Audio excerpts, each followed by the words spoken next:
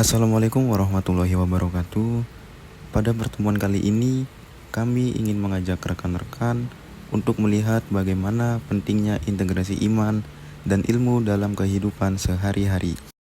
Perkenalkan, nama saya Putra Gagah Wicaksono dari kelompok 14 Teknik Industri. Perkenalkan, nama saya Ahmad Zuri Ridho dari kelompok 14 Teknik Industri.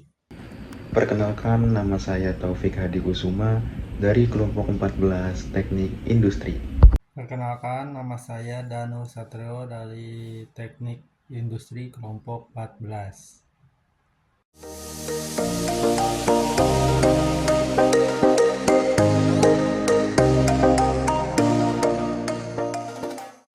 Integrasi iman dan ilmu. Pertama-tama, rumusan masalah. Apa yang dimaksud dengan integrasi iman dan ilmu? Mengapa integrasi ini penting dalam kehidupan akademik dan karir profesional? Bagaimana penerapan integrasi iman dan ilmu dalam kehidupan sehari-hari, khususnya di bidang teknik industri? Selanjutnya, tujuan penulisan. Yang pertama, menjelaskan pengertian integrasi iman dan ilmu. Yang kedua, menyampaikan urgensi integrasi tersebut dalam dunia akademik dan profesional. Yang ketiga, memberikan contoh konkret aplikasi integrasi iman dan ilmu dalam kehidupan mahasiswa dan profesional teknik industri. Pengertian iman dan ilmu. Iman secara umum diartikan sebagai keyakinan dalam hati, diucapkan dengan lisan, dan dibuktikan dengan perbuatan. Dalam Islam, iman tidak hanya menyangkut hubungan vertikal dengan Tuhan, tetapi juga tercermin dalam perilaku sehari-hari, termasuk dalam etika, kejujuran, dan tanggung jawab sosial. Ilmu adalah hasil dari proses belajar dan pencarian pengetahuan melalui pendekatan rasional, empiris, dan sistematis. Ilmu dapat berkembang dalam berbagai bidang, termasuk sains, teknologi, ekonomi, dan humaniora.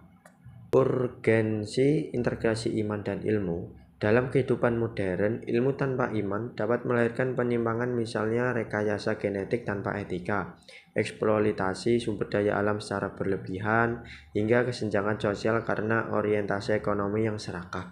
Sebaliknya, iman yang tidak dicerahkan oleh ilmu dapat menimbulkan fanatisme, anti-intelektualisme, dan bahkan tindakan ekstrim. Oleh karena itu, sinergi antara keduanya sangat penting untuk menghasilkan manusia yang utuh dan berperan aktif dalam peradaban. Penerapan dalam kehidupan akademik mahasiswa teknik industri. Sebagai mahasiswa teknik industri, integrasi iman dan ilmu dapat diterapkan dalam berbagai aspek.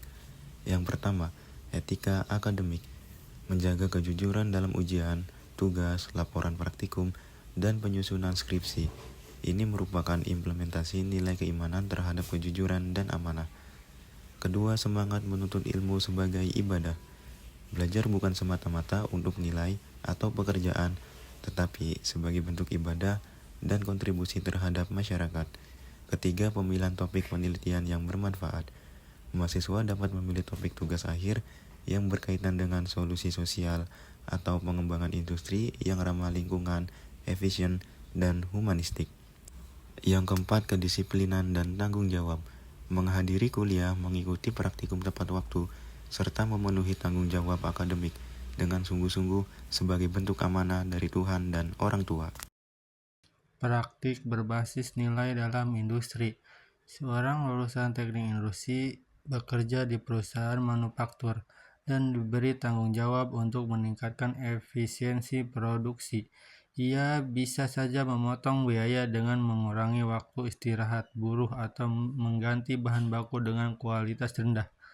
Namun dengan nilai iman, ia memiliki solusi jangka panjang, meningkatkan keterampilan pekerja, memperbaiki alat produksi, dan mengusulkan investasi pada teknologi hemat energi.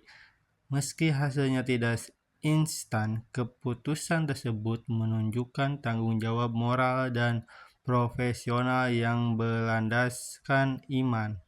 Kesimpulannya adalah integrasi iman dan ilmu merupakan konsep penting dalam membentuk karakter mahasiswa dan profesional yang tidak hanya cerdas secara akademik, tetapi juga memiliki nilai moral dan spiritual yang tinggi.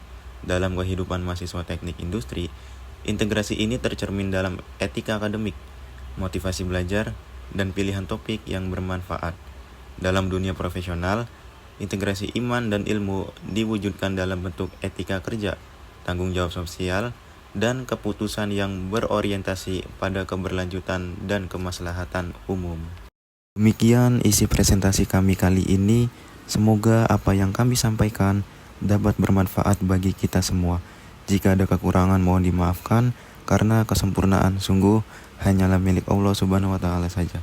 Terima kasih. Wassalamualaikum warahmatullahi wabarakatuh.